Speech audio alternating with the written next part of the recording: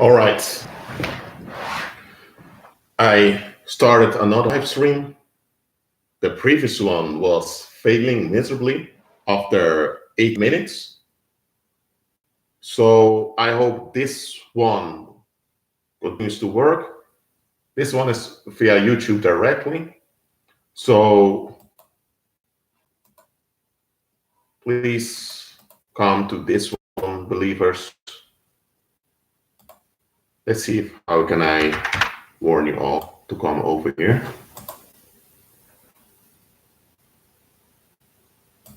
Hold on.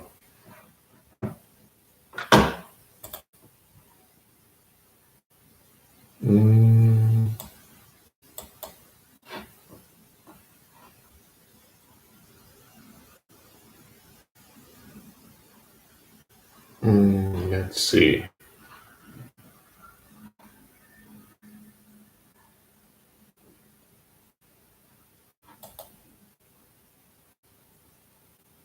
No one over here. Let's see. If you're here, let me know you're here in the live chat.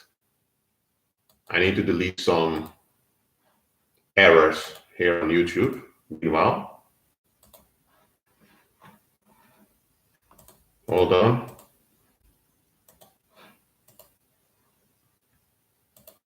This is the first time this ever happens to me, that I'm doing a live stream and for some reason it's tampered with or whatever. So hold on.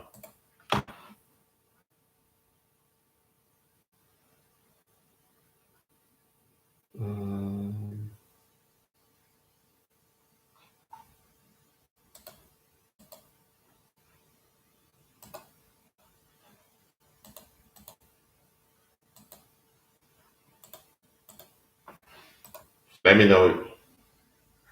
Someone is here, finally. What should I do if demonic people or possessed people threaten my life or a loved one's life? Well, depending on the situation, how grievous it is, you have to report it and you have to fear not. Because the moment you enter into a fear mode, you'll be assisting them in victimizing you. And that's not what should happen. So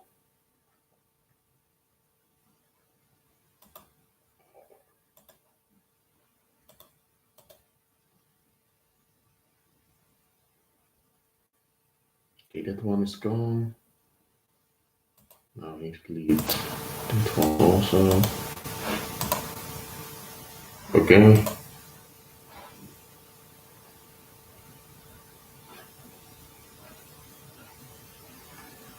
So let's see. I hope all the other viewers are coming to this live stream, because this is the one they need to be at.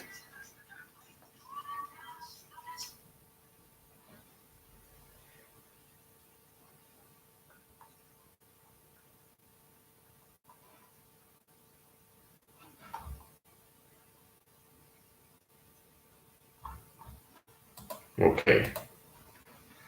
It's almost 5 minutes in live stream, but I'll keep waiting till others find this one.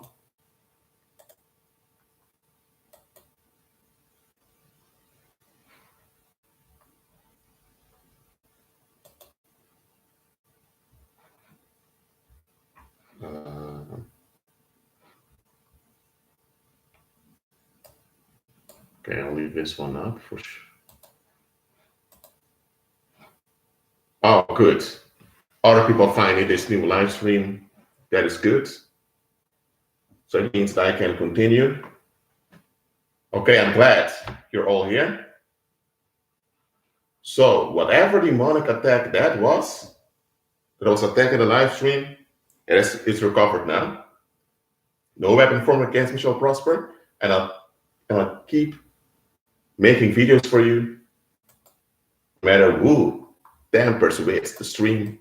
Christ is Lord. So I'm leaving that interrupted live stream online. so that people can see as evidence what happens.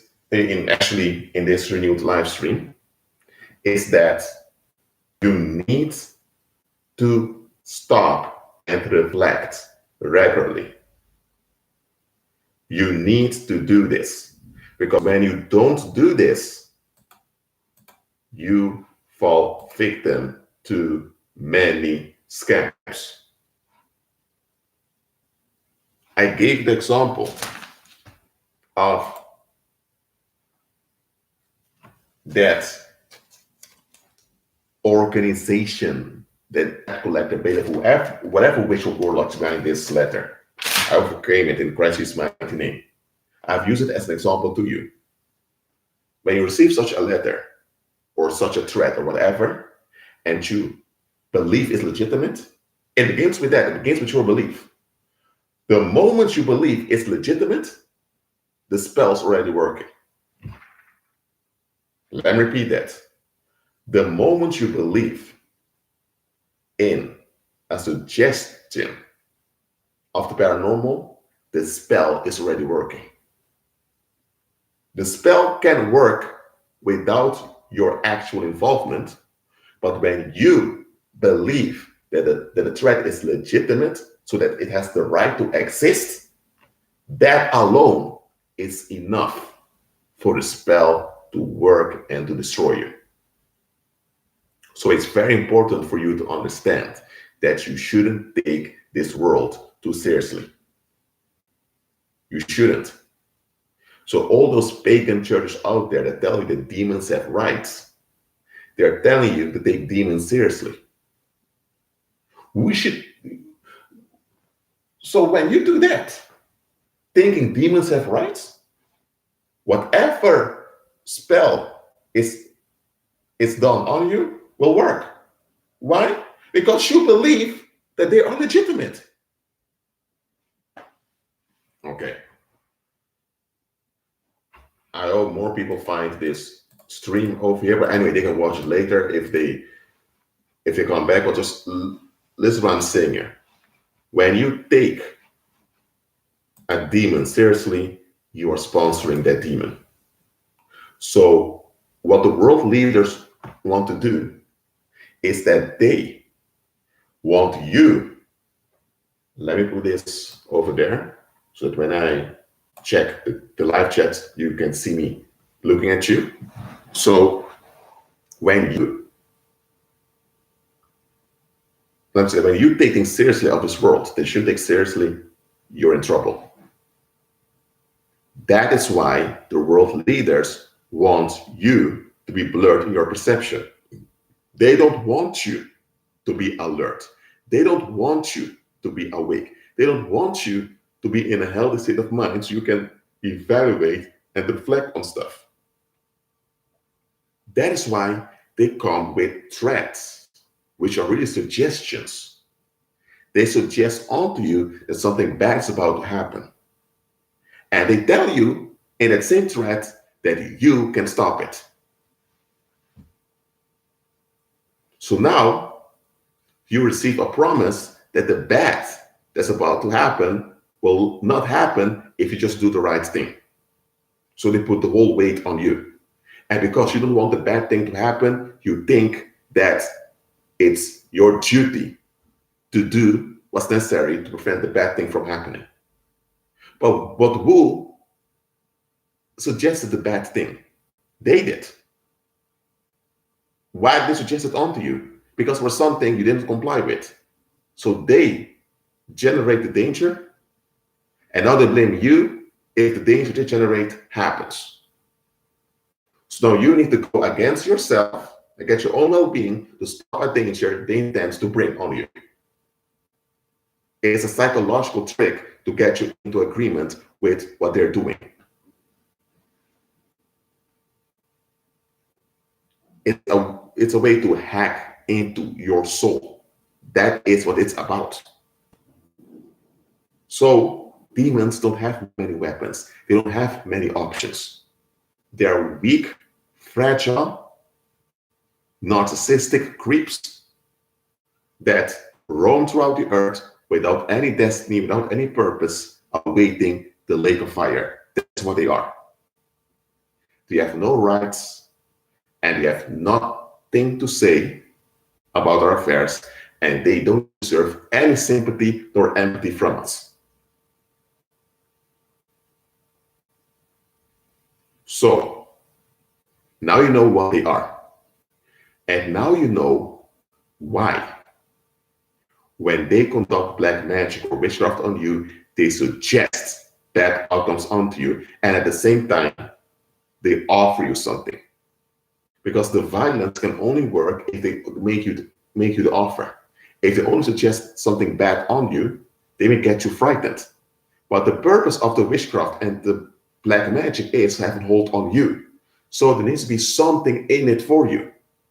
That's why they give you a promise that appears to cancel out the bad they suggested onto you. But you just have to lay back, relax, take a deep breath in and out, and realize that, hold on a minute. Oh, so such and such said that if I'm uncomfortable and something bad may happen, okay, but hold on a minute. Lord, Christ, Lord, right? So those creeps, they can send a letter to me and expect me to just tremble because they sent a letter. The moment you think like this, the spell is falling apart. Why? Because you don't invest in it. And that's what we often do. We invest in the spells that are put on us, either by resisting them or by confirming them. But when we resist them, the spell persists. Those are push against it. When we confirm them by agreeing with them, we enable it against us. The way to break the spell out of you is to see through it. And that is why, believers, you need to stop once in a while and just look around you. Just look around you and reflect on the timing in your life. That is what I want to talk about tonight, about timing. And I want to use examples from Scripture, from the Old Testament also, to reveal this onto you. I'm still going to do it now. No matter how few people are watching, they can check it later when they watch the live stream later as a video. You need to look at the timing when things happen. And that is what spells do. A spell blurs your perception so you can't process things clearly. And because you can't process things clearly, you can't see the timing.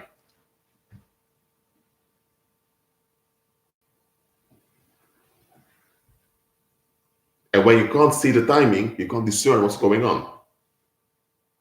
Just like I said before in that live stream that collapsed. I'm going to repeat it now. When there's affliction going on and you mainly focus on getting rid of the affliction, you're already operating in darkness. You are already operating in darkness when your so focus is to get rid of the affliction. I know the affliction needs to go, but if you're only focused on getting rid of the affliction, the spell has worked. You're blurred in your perception.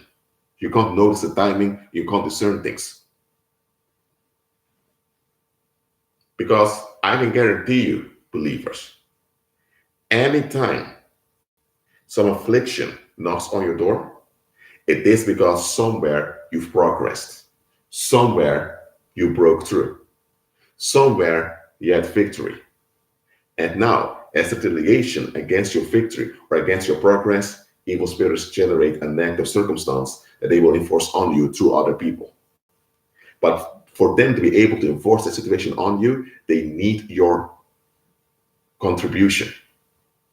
Why? Because if they bring the difficulty onto you and you flat out refuse it, it's over. And it will all be for nothing. So they need you to agree with the affliction. The moment you agree with the affliction, well, They don't have to do much anymore because now your agreement with the affliction will bring forth the demise that he intended for you. So let's say that you have a lot of headache lately. Your head is aching and you think, what's going on? Why do I have this headache so often? Then look around you. What's going on? Check whom you've been involved with lately. And check whom you're not involved with now. And check what happened to you lately in life. And when you lay back and you examine all this stuff, you realize, hold on a minute. I've been having these headaches since past week. And before past week, 2 days before these headaches begin, yet my aunt that passed by. And she was only complaining about her marriage and all of that. Now, I try to text her, I try to message her online, she never responds. And then you think, oh, it's weird that my aunt passes by and suddenly I have these headaches haunting me.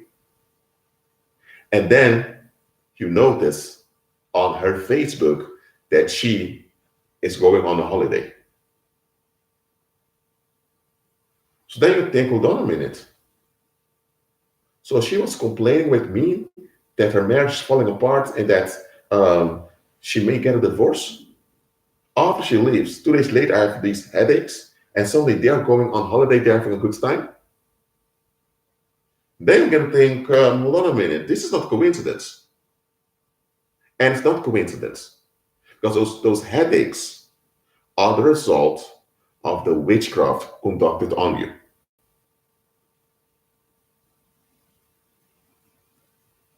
Because that aunt of yours, she practiced some type of witchcraft on you that transferred her fright onto you. And now that fright is affecting you physically. Well, now she is relieved from the fright and now she's having a good time with her family. So when you look at the timing, you realize, hold on a minute, I didn't have those headaches before. It's since that aunt came around that I'm having them. And now that I have them, I can't contact her anymore. Before that, she used to text message me very, very often. Now suddenly that I have all these headaches, she's not around. I can't find her. And she's suddenly on holiday. You know that something is off. Or let's say that you suddenly encounter many people in the streets looking angry at you. And you think, why are people looking angry at me? I'm not thinking. I'm not walking around naked. I don't wear clothes with provocative texts. So why are they upset with me? And when you reflect on what's going on in your life at the moment, you just had good news that your application for some finance, for some loan was approved. So you now can use the finance for your own business. So that's good news. And because you moved ahead, the paranormal strings that were attached to you were broken. So everyone around you notices that there's some advantage, some leverage with you that they can't understand. And that's why they resist it. They're upset about it. They are upset, they are frightened, they are avoiding things in life, and you're walking around in confidence. And they sense this confidence and they're not familiar with it, so they oppose it.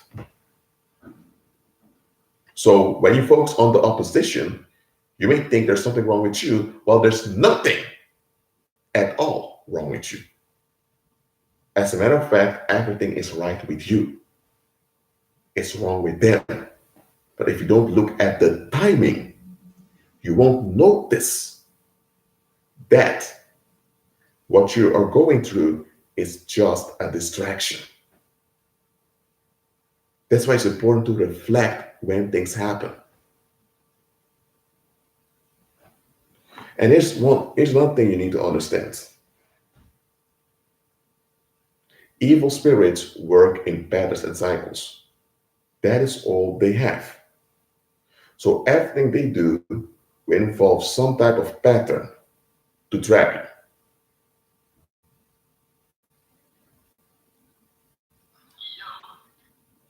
So that being said, when you reflect on your past, you will be able to notice patterns that were unfolding. But you were not aware back then that those were patterns. Now let's look at the life of Joseph from the Old Testament. When he was in his young years, in his teenage years, his own siblings rejected him. And they ended up selling him into slavery. They wanted to kill him, but they realized it's better to sell him because they would be able to benefit from him. And they didn't want to face their own biological dad, that's Isaac, with the fact that they've killed one of their brothers. So they sold him into slavery and they pretend as if a wild animal devoured him. Isaac was heartbroken for decades because he thought Joseph died while Joseph was alive. They sold him into slavery. Now, what happened here was that Joseph lacked discernment. Because Joseph lacked discernment, he didn't see that the anger of his siblings would become his doom. His own dad, that means Isaac, became upset with him after one of his dreams. So now he had to have the siblings having issues against him, and the father now agrees with the siblings. And now the siblings were empowered in their hatred of Joseph. So that is something you need to learn, believers. Do not rely on human favor. Whether it's from your mom, your dad, or from your spouse, or from your employer, or from your coworkers, from whoever it is, do not rely on human favor. Because Joseph's own dad turned on him when he was a teenager, when he had all those visions and dreams.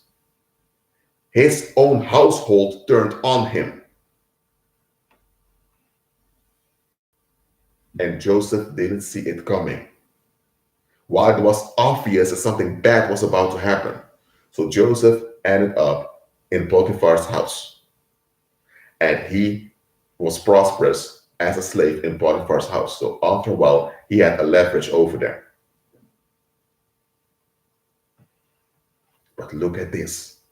The same pattern of betrayal happens again. Yet the wife of Potiphar chased him sexually. She was a sex predator chasing after a young man. There were many other men around that she could cheat with, but she went after Joseph, and Joseph resisted her over and over again. Now look at this. Joseph should have reflected on the past and realized, hold on a minute. When I was a teenager in my parents' house, my mom died when I was very young. My dad compensated for that. My other brothers began to hate me. Even my dad turned on me. So they tried to kill me, but I ended up surviving it because they sold me into slavery because one of my siblings had some natural compassion left in him. I could have been dead now, but I'm still alive. And now, this woman over here, who's the wife of my master, she is cheating on her husband and she forces me to get along with her crime. You know what I need to do? I need to get out of this house. I need to run away. I need to get out of here because this is going to end up bad. Joseph didn't see the bigger picture, and he ended up falsely accused of something he didn't do, and he ended up in jail for a long time. In jail, the pattern repeated. In jail, despite the fact he was a prisoner, he was prosperous over there, he had a leverage over all the other prisoners, and he used that leverage to help one of the prisoners escape. But the prisoner that escaped didn't think about him. That guy just forgot about him. Have you ever been through that? That there was someone in need and they asked for your help and you helped them out and later they forgot about you as if you never existed?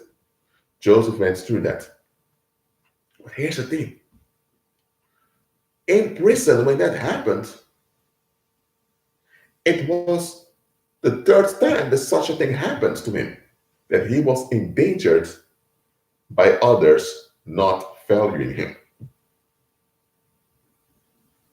And there were warning signals ahead that this was about to happen. But Joseph didn't stop and reflect. It was after the third time that he was betrayed with damage on his part that he, in that prison, began to reflect and he realized what was going on. So when the day came that they pulled him out of jail or out of prison and he was brought before Pharaoh, he wasn't naive anymore. He knew very well these people can turn on me anytime. And it was once he realized this and he began to operate in practical wisdom, it's there that he got his breakthrough. Because Pharaoh saw that this man Joseph has no political ambitions, so so Pharaoh saw that Joseph didn't even try to get favors from him.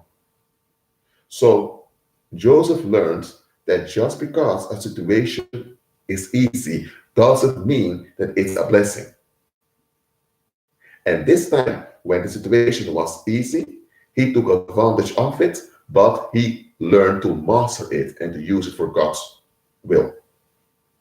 When he was younger, when things were easy, he would just get along and be happy and he wouldn't look further. Now, after he almost lost his life multiple times, he realized, okay, I need to look further. So Joseph reflected. And because he reflected, he processed all that happened. And because he processed all that happened, he was delivered from all that happened. And things worked out well for him after that. So it wasn't as if Joseph was in jail and suddenly out of the blue, his breakthrough came. He had to process the past so the past wouldn't hold him captive. But too many people, too many believers, patterns and cycles keep haunting them over and over because they just don't see what's going on.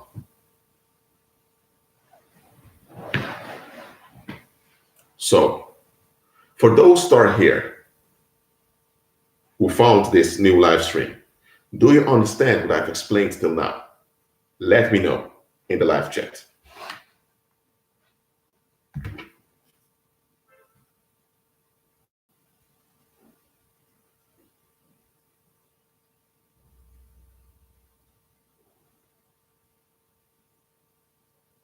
Just let me know. Then I can continue with the next part of this live stream.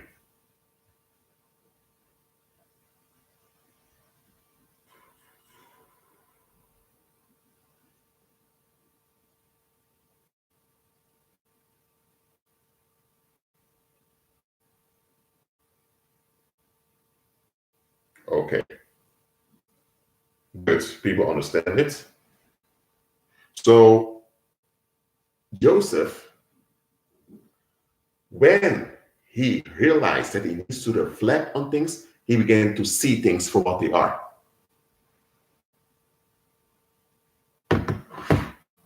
And it's because he learned how to do this that he didn't encounter what used to happen before.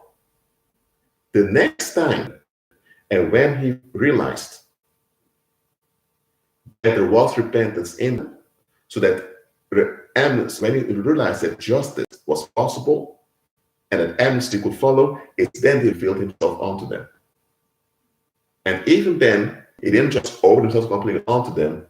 It went step by step so that they could realize that things would be different now. He did not use his leverage to pay them back for all that they've done. No. He realized that God allowed it to happen so that Joseph could be brought to Egypt to do God's will. And Joseph realized that those brothers of his that did him dirty, they're still part of God's plan, that God himself will deal with them for what they did. So Joseph focused on doing God's will.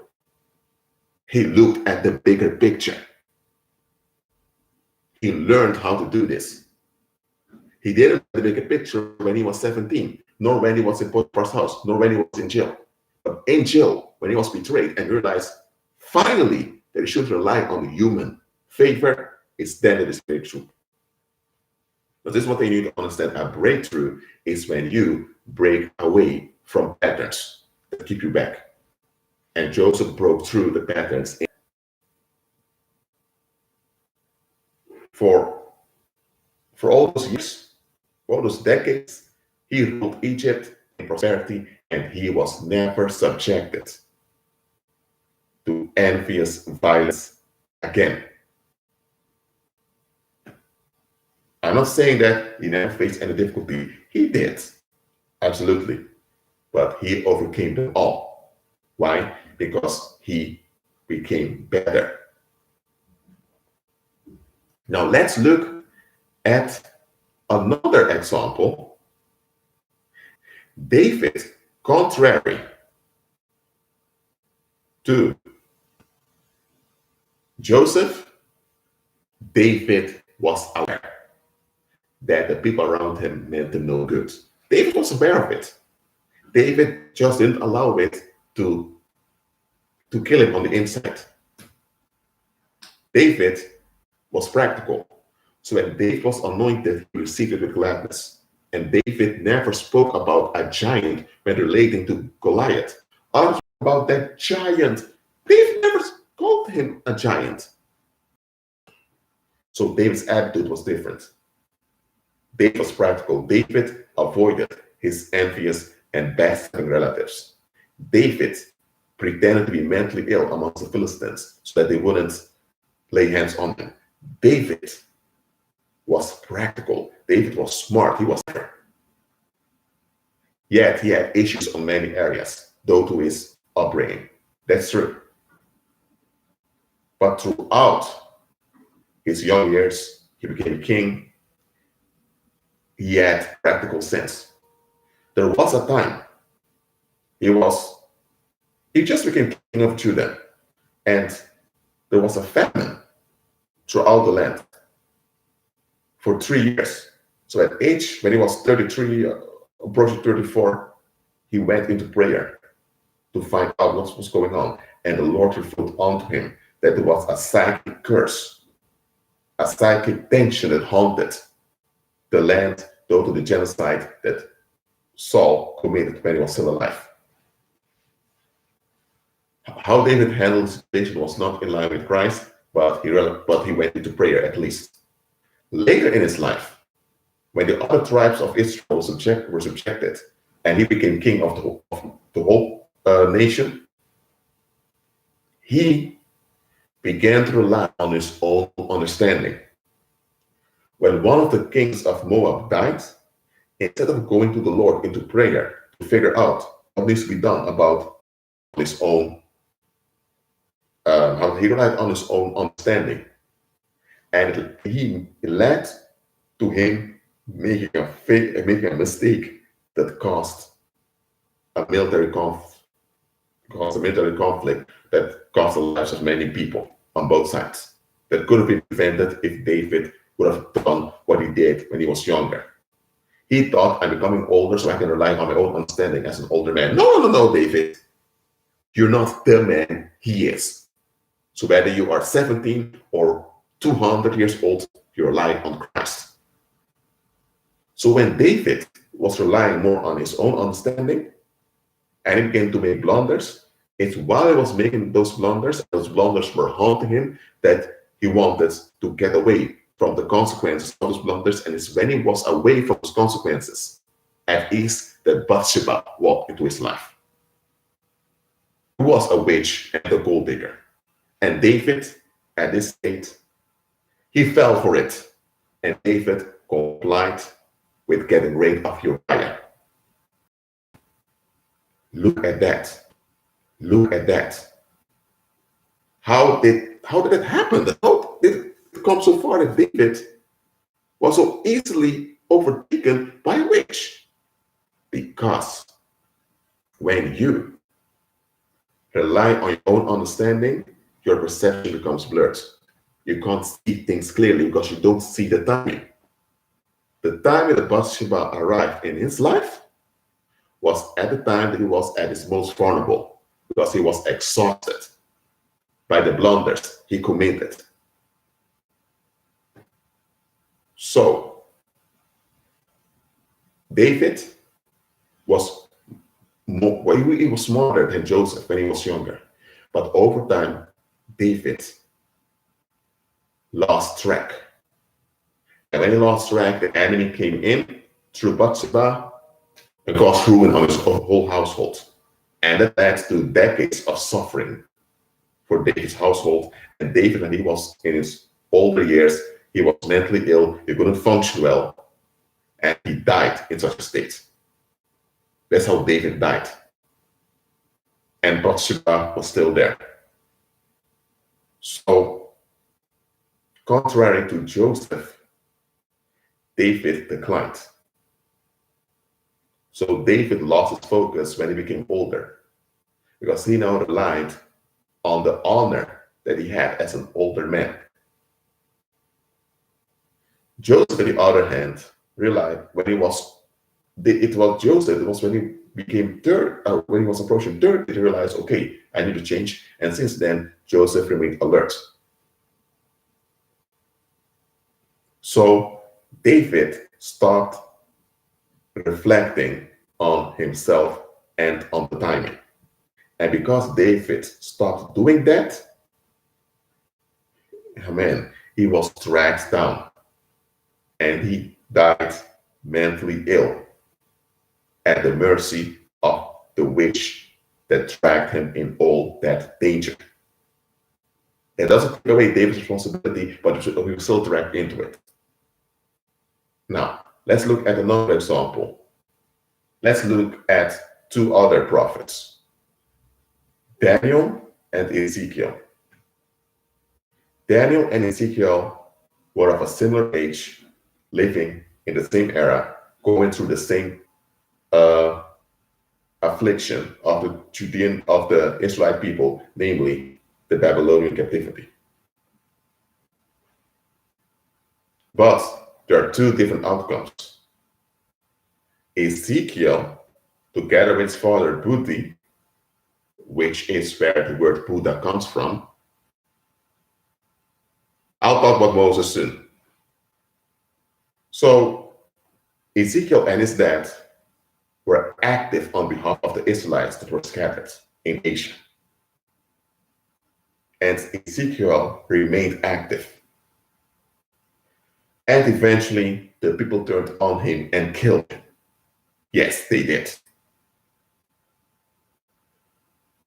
Daniel was kidnapped from his homeland, placed in the service of the emperor of the Babylonian Empire, and he became one of the officers over there in education, and he managed to get favor from the Babylonian emperor, and by having that favor, he had a leverage on the Babylonian emperor, that's the Nebuchadnezzar, and by that, he had a leverage over the world's affairs. What did he do? He misused that leverage to avoid challenges that he had to address. So Daniel, for faith, walking by faith, so he could get along in Babylonian society. And he got along well in Babylonian society. But when he was in his old age, when the Medians and Persians took over, they all turned on him and he ended up in a lion's den. So he forfeited using his leverage just to be at peace with the world. That's Daniel. And I told you before, we shouldn't follow Daniel's example. Daniel allowed a lot of bad stuff to happen that he could have prevented with the leverage he had. Because it was God behind the scenes that caused him to have this leverage. But he didn't use it. Ezekiel, on the other hand, walked with God and he made use of his leverage all the time. So don't follow Daniel's example. Let's go to Moses now. Moses found out who he was, and he was ambitious by his own strength. He used violence to stop the violence of the Egyptians on the Israelites. But then there were abusive Israelites who were abusing other Israelites, and those abusive Israelites now turned on him. And now the Egyptian government wanted to kill him. So he had to flee. And he was exhausted by all that fleeing. And God just waited till he was in his older years, he was 80, and then the Lord told him to go back. Not only were the prosecutors that went after him, that God was showing that fleeing is not the option. So Moses had a confrontation with God, and that confrontation destroyed the fear that he had in him. And after that, he went in full confidence to Egypt.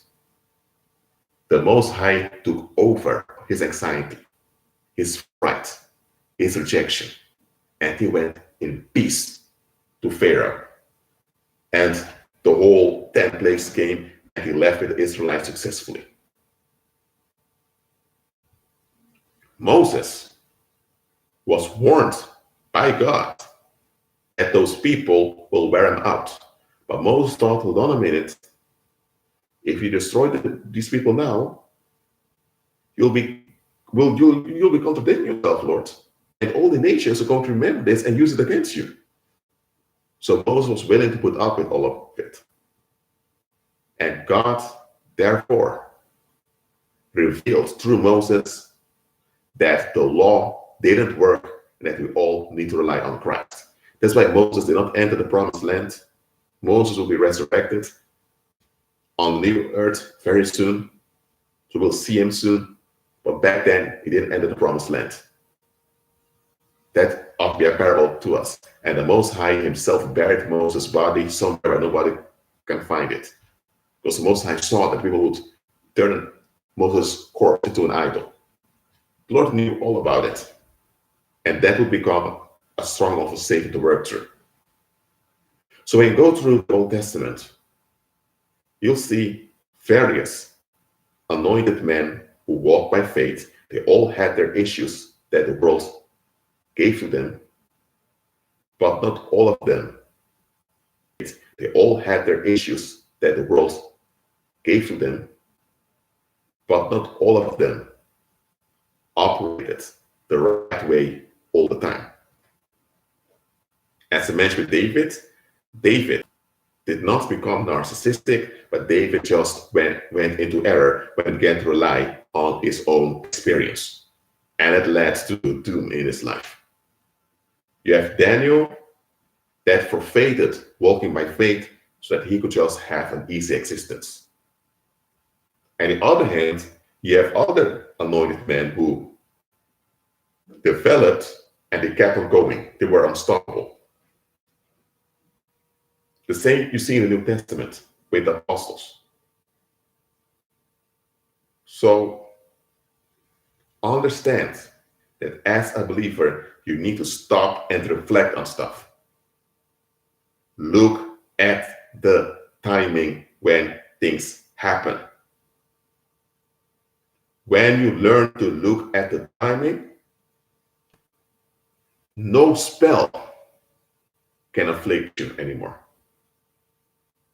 This is not some false promise I'm making you. I'm telling you facts. The moment you learn how to reflect on the timing, no spell can afflict you. Because all spells are meant to blur your perception so you can't see the timing.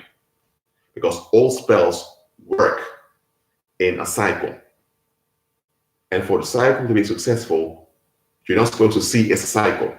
Because the moment you see it's a cycle, the cycle becomes ineffective. That is why in this world, they have agents assigned to frighten you.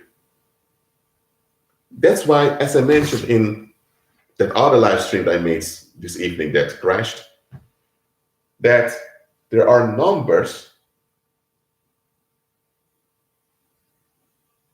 that call you, but when you pick up the phone, they don't answer you. So you think, who called me? They do such things to keep you in fright. Because once you are in fright, you don't see the timing.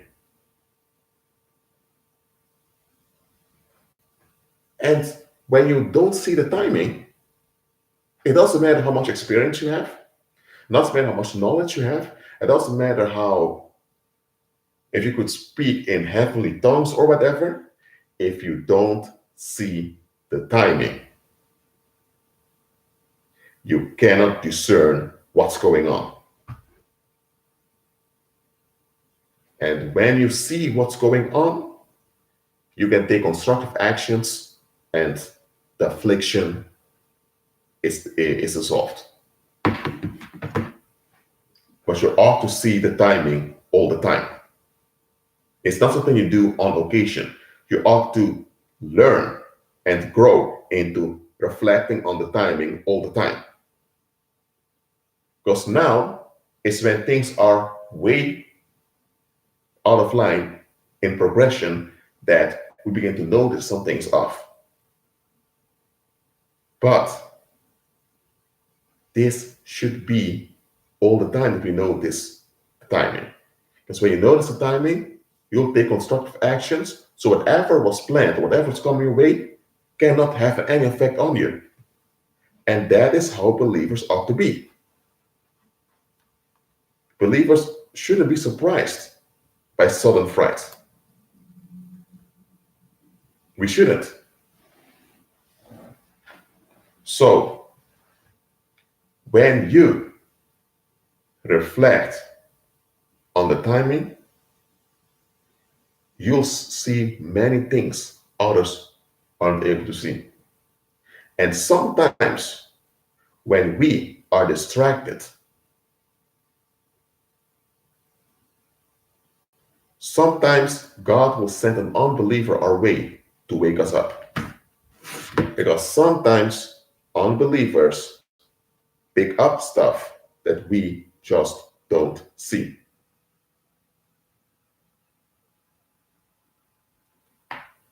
Sometimes unbelievers can see the root of the situation while we are figuring out what the fruit is.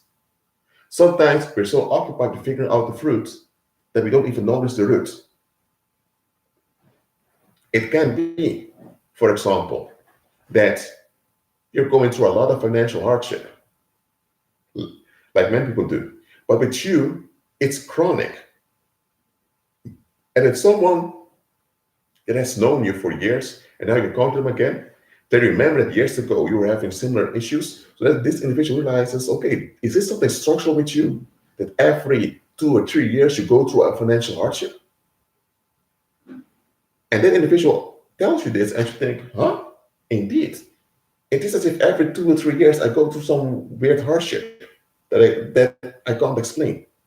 That unbeliever maybe an atheist who may have no spiritual knowledge at all, saw the situation far better than you did. They saw the cycle. They saw the pattern. You didn't. That's why from time to time, it's practical to listen to what unbelievers have to say. Not because you agree with them, not because you align yourself with them, but because what they say may be beneficial to you.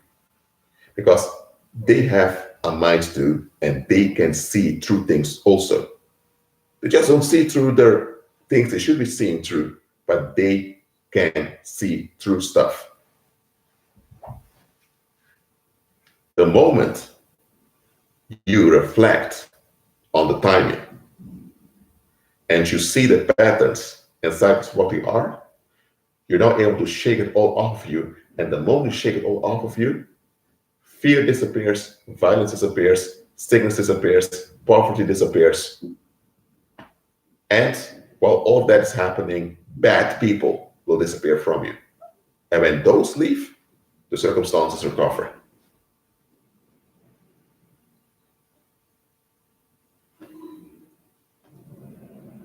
So that's what we ought to do with reflection.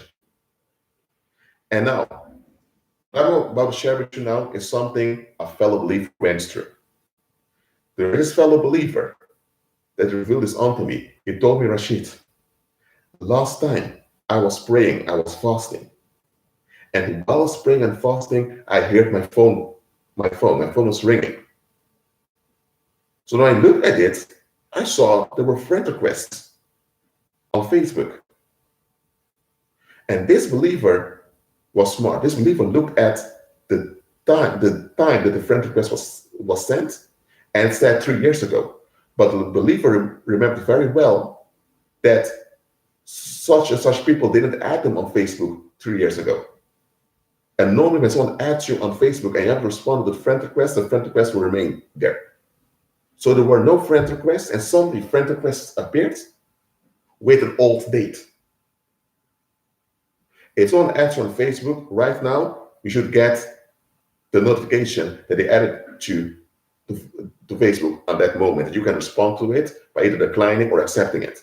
But you can't get a message. Someone added you 3 years ago, while a few minutes ago, you had no notification at all. That's paranormal. So the believer continued to pray, continued in fasting. And when he was finished fasting and he went to his phone, all his friends' requests were gone. No trace of them at all. So that's a paranormal thing. Such things happen. It can also be that, and this is something I've experienced. It happened one time when I was living in Schiedam. It's a Dutch city. The bell rang. It was quite some years ago. I still lived at my mom's place back then. The bell rang. I was 17, I think. So I went to the phone to listen. So I pushed the button so that the mom could come up. And I was waiting, where is mom arriving? And later, I called her on her mobile, and she was nowhere near home. So I was thinking, who was that voice that spoke with the voice of my mother, saying that she's here? I knew it was a familiar spirit. So such demons will manifest in the physical, either through social media, either through phone calls or whatever. They will manifest in the material to get your attention. Such things will happen.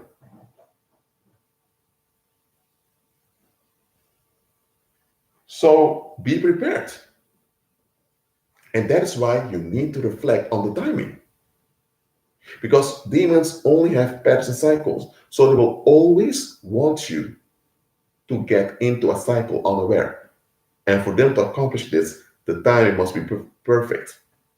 You must be going through an exciting situation in which you you've lost track of what's going on around you, or you must be going through a hardship for them to lure you into something.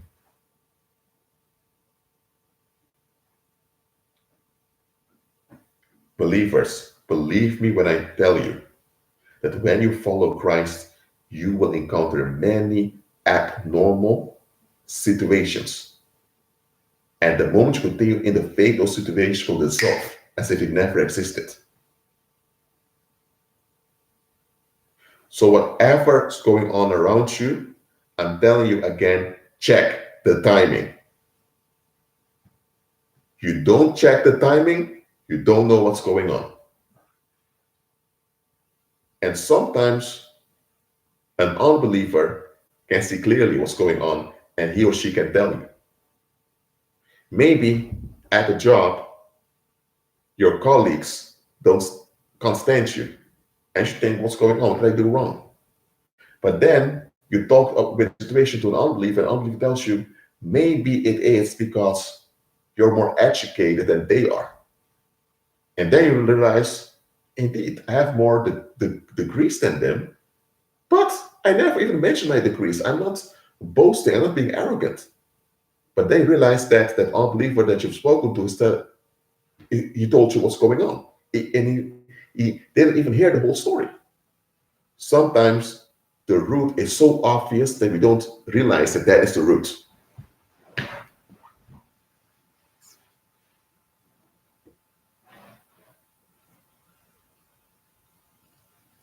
So always reflect on the timing. Can't stay. I have to repeat this over and over again. Reflect on the timing.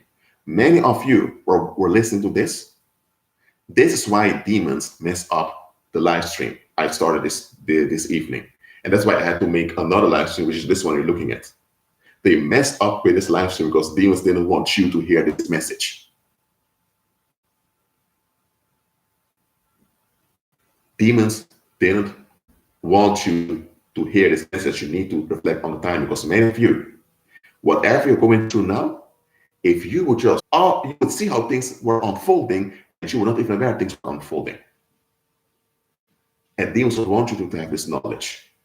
Demons want you to remain in the dark. They want your perception to remain blurred so that you will remain in the cycle.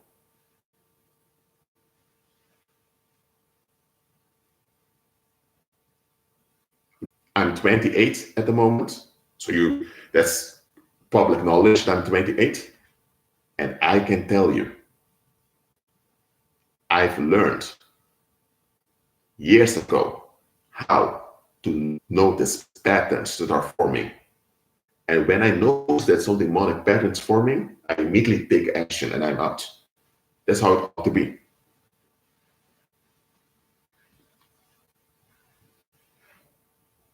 Do not go to church every Sunday or on every Sabbath, and you don't reflect on anything. Don't expect the pastor that preaches from the pulpit to reflect for you. He can't. You need to reflect. You need to walk by faith.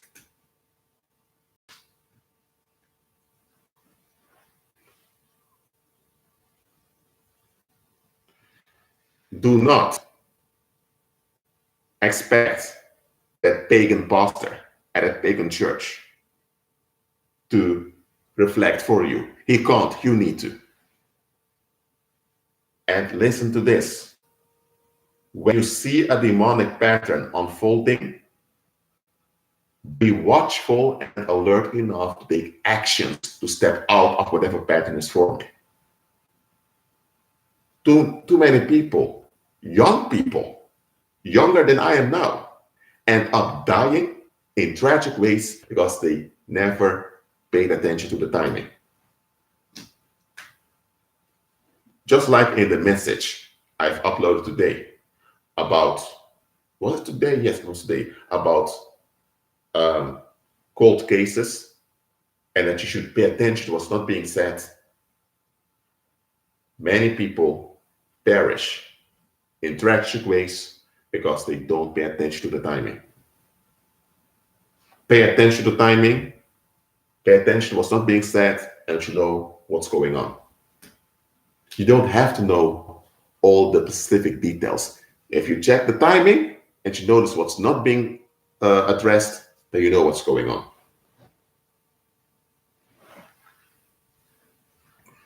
So now I'm going to check to see if there's any questions.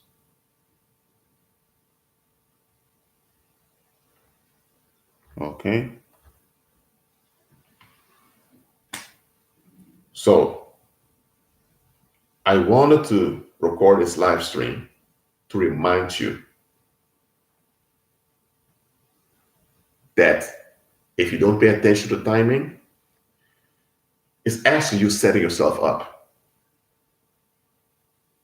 Because when you pay attention to timing, no spell can afflict you. No spell, whether it's caused by a witch or a warlock or a wizard or by a demon himself, no spell can afflict you when you reflect on the timing. All spells divert your attention away from noticing the timing. That's what it's meant to do. So whether it's something sudden, whether sudden ease that happens in your life, or some pagan debt collector tries to scam you, whatever it is that happens, take a deep breath, take it at ease, and reflect on the timing. And when you reflect on the timing and you see the pattern, you pray against it, you destroy in Christ Jesus' mighty name, you unload the fire of the Holy Spirit on the enemy's camp.